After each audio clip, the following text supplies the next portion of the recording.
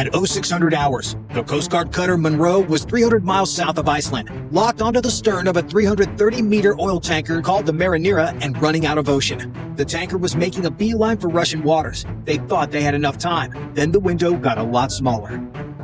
At 0847, a flash message hit the Munro's Combat Information Center from Sublime, Submarine Force Atlantic. A Russian submarine and 2 surface combatants had sortied from the Northern Fleet and were heading east into the Atlantic on an intercept course for the Marinera. Classification, likely Akula-class. Speed, estimated 20-plus knots submerged. Current position, east of the GIUK Gap and closing. The Munro is a law enforcement vessel, 4,500 tons, a 57-millimeter gun, and exactly 0 ways to find, track, or destroy a submarine. If the sub reached the Marinera before the Americans could board, the entire dynamic flipped. You do not fast rope onto a tanker's deck while a Russian attack submarine sits at periscope depth a few thousand yards away. Not unless you want to find out what a torpedo does to a ship with no armor. Moscow was betting on exactly that math. Send the sub, shrink the window, and force the Americans to choose. Board now in terrible weather and risk the team, or wait for conditions and risk facing a Russian warship alongside the target. Either way, Russia wins. The tanker reaches Murmansk, or the Americans back off. And 19 other sanctioned tankers that just switched to Russian flags learned that a painted tricolor and a submarine are all the insurance they need. Solid bet. However, Russia has been testing American resolve at sea since the Cold War. Their win record in that department makes the New York Jets look good. Within 3 hours of that flash message, C-17 Globemaster transports began landing at RAF bases across the United Kingdom, at least 10 of them. Ground crews unloaded MH-60 Blackhawks, MH-47 Chinooks, and crates stenciled for the 160th Special Operations Aviation Regiment, the Night Stalkers. These are no ordinary pilots. They're the taxi service for Tier 1 operators whenever they need to go to a really bad neighborhood. At RAF Fairford, C-722B Ospreys ran fast rope drills in broad daylight. At RAF Mildenhall, an AC-130J Ghost Rider gunship rolled off a cargo ramp. A flying artillery platform carrying a 105mm howitzer, a 30mm chain gun, and the ability to put precision munitions through a window from 15,000 feet. Austin analysts posted every tail number within hours. Flight tracking sites went white hot. The message was loud enough to hear in Moscow. The United States was coming for this ship, and it was bringing enough hardware to handle anything Russia put in the water. But that was the show. Every C-17, tail number, and flight tracking hit was designed to be seen. The real strike package was already at sea, riding a ship nobody was watching, waiting for a window that hadn't opened yet. The submarine had to cross the GIUK Gap, the stretch of deep water between Greenland, Iceland, and the United Kingdom. And that was the worst piece of ocean on Earth for a Russian submarine commander to drive through.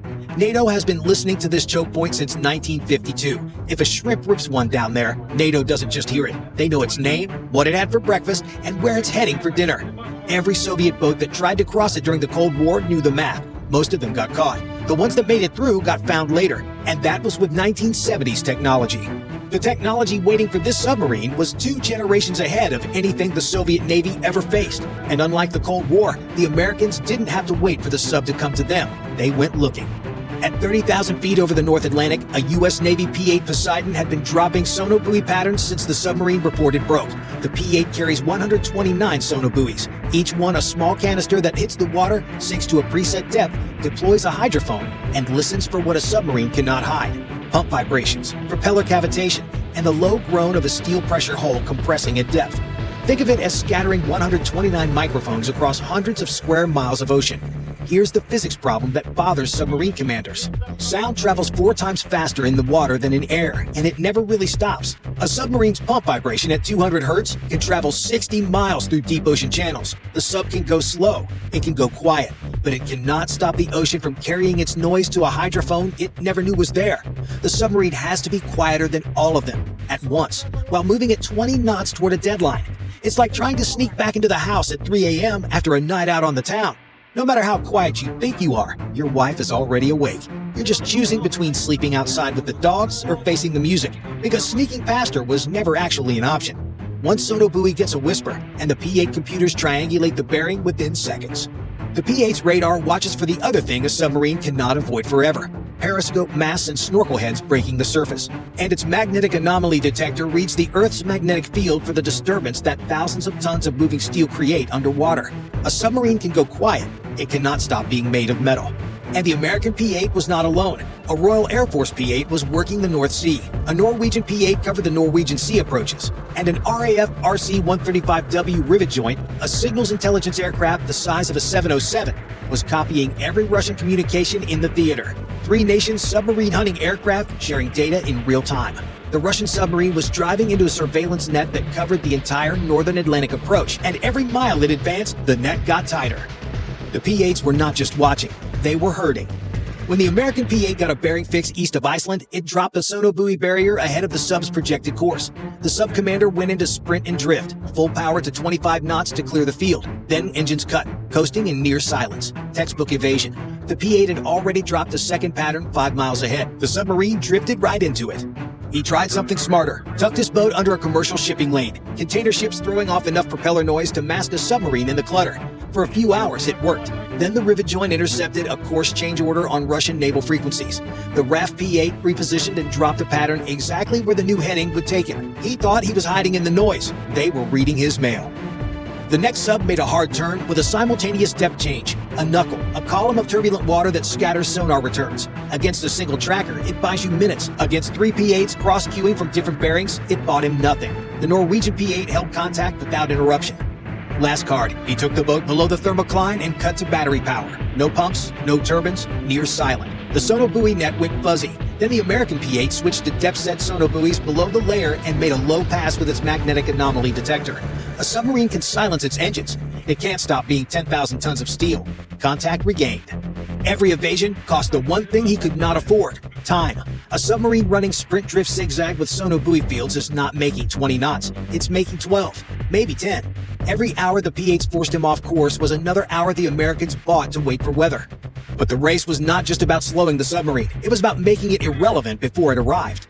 By evening on January 6th, 2 Arleigh Burke-class guided missile destroyers, the USS Bulkley and the USS Paul Ignatius, joined the Munro's formation around the Marinera. Each Burke displaces 9,200 tons and carries an Aegis combat system, 96 vertical launch cells, and an AN/SQQ-89 sonar suite purpose-built to early retire submarines. One of these destroyers carries more firepower than most countries can put to sea. The Munro now had 2 of them. Their sonar suites locked the submarine's acoustic signature the moment they had the data from the P-8s overhead. Active sonar started pinging, loud, deliberate, designed to be heard inside the submarine's pressure hull. If you've ever been in a swimming pool and heard someone slap the surface, multiply that by 1,000. Active sonar at full power is a physical force. It rattles fittings, it echoes through the hull, and every ping tells the submarine commander the same thing: I know exactly where you are, and I'm not being subtle about it. The sub-commander was a professional. He knew what every one of those signals meant. He also knew the Americans were not pinging to find him. They already had him. They were just pinging to make sure he knew it. An Arleigh Burke engaging a submarine launches an ASROC, a rocket that flies to the target area, drops a torpedo into the water, and goes active on the submarine's hull. From launch to impact, roughly 30 seconds. Imagine getting a letter from the tax office, except the letter delivers itself by flying to your house, kicks the door down, and follows you from room to room reading your violations out loud. And it's fast, it's angry, and it absolutely will not accept return to sender. You do not outrun a rocket-delivered torpedo when 3 different platforms already have your position plotted. And here's the part that sat heaviest on that submarine commander's shoulders. Once on station, could hear the Munro too, right there on the surface, unarmored. A 1-torpedo problem. He could take the shot, and then he would have 2 Arleigh Burke destroyers with his position fixed, P-8s overhead with torpedoes ready, and the absolute certainty that firing a single weapon meant he and his crew would not survive the next 60 seconds. That is the arithmetic of submarine intimidation against the most powerful navy on Earth. He was there to escort, not to fight. The Americans understood that perfectly, and they were not waiting for him to change his mind. The distance kept shrinking from both sides. The Marinera, still 9 knots toward Murmansk, still eating 9 nautical miles of American window every hour. The submarine, zigzagging through P-8 sonobuoy fields, burning hours on evasion routes it never planned to take, but still grinding west, maybe 20 hours from the tanker's position, maybe less if it found clean water. Russian territorial waters, still the finish line that made the tanker untouchable. 3 clocks, all running against the Americans, and one more variable that nobody could control: the weather. For 16 days, the North Atlantic had been doing what it does best in January. 15-foot swells, horizontal rain, visibility measured in yards. You can't fly a helicopter in that. You can't fast rope onto a pitching deck in that. You especially cannot do it at night, in winter, 300 miles from land, onto a ship whose crew has already refused one boarding and has no reason to cooperate with the next one. The Munro had the warrant. The destroyers had the sub boxed. The P-8s were buying time. And none of it mattered if the sea would not go flat long enough to put operators on the Marinera's deck. Every day the weather held, the submarine got 12 hours closer. Then that all changed.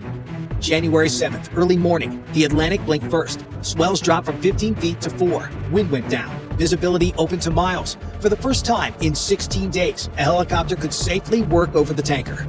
It was go time.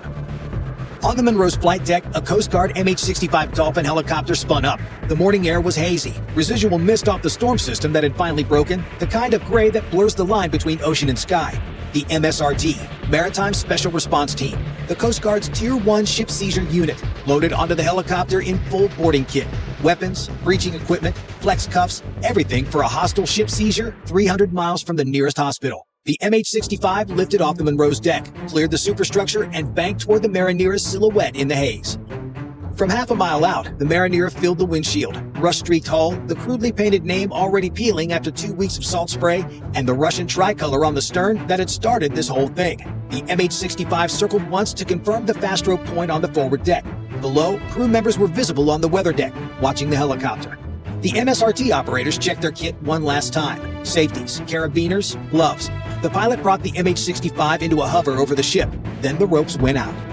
From the tanker's bridge, the captain watched a single Coast Guard helicopter approach from the Munro, the same cutter that had been following them for 16 days. One helicopter, one cutter. 33 crew members had been briefed that if a boarding came, it would look exactly like this. Small, manageable, something the Russian Navy could respond to before it mattered.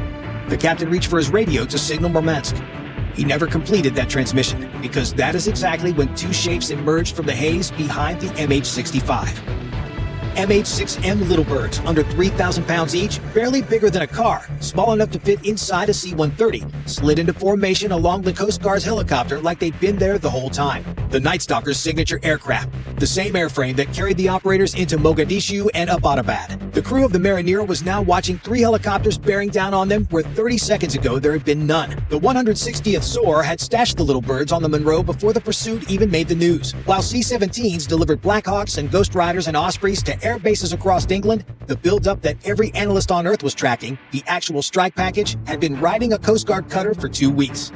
The Navy SEALs rode the external bench seats, legs dangling over the North Atlantic in January. The MH-6 doesn't block the weather, it just moves you through it faster. 300 miles from the nearest coastline in a helicopter that weighs less than a pickup truck with armed operators on the outside.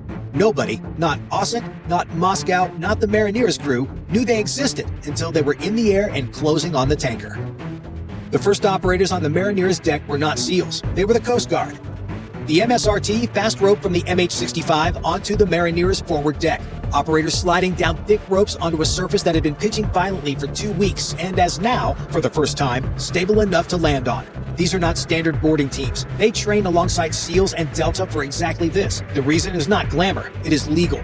Only the Coast Guard has federal authority to execute a seizure warrant on the high seas. That's why a Coast Guard cutter spent 16 days in January storms instead of a Navy destroyer. The United States deployed 2 Aegis destroyers, 3 nations sub-hunting aircraft, a signals intelligence platform, a special operations aviation regiment, and Navy SEALs. And the people who actually took the ship were wearing Coast Guard patches. The military built the operation. The military protected it. The Coast Guard took the ship. They went for the bridge first, communication secured, navigation locked, scuttling capability gone in the opening seconds. If the captain had gotten a distress signal to the Russian Navy before the MSRT reached the wheelhouse, the entire situation changes. A Russian warship responding to a distress call from a Russian-flagged vessel has a very different legal standing than a submarine lurking on an intercept course. The captain did not get that signal out. The MSRT was on the bridge before the crew understood what was happening.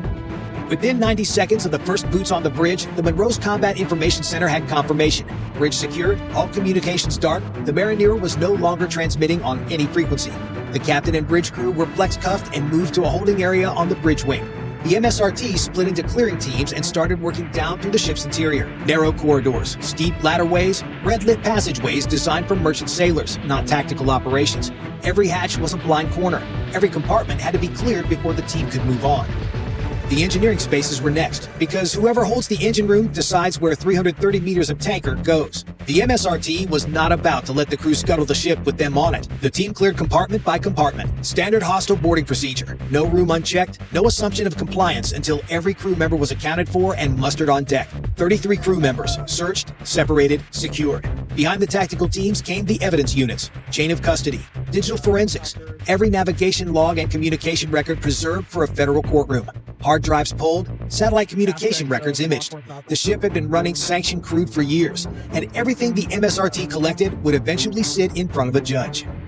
Above the deck, the little bird circled in slow orbits, seals on the benches, weapons visible, filmed in real time by the tanker crew's own cameras streaming to Russian state media. The footage caught everything: the egg-shaped fuselage, the operators on the skids, the deliberate circles overhead.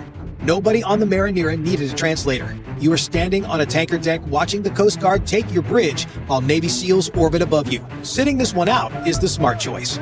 If you like this video, then we think you'll love our other video of China trying the same thing. Bye for now.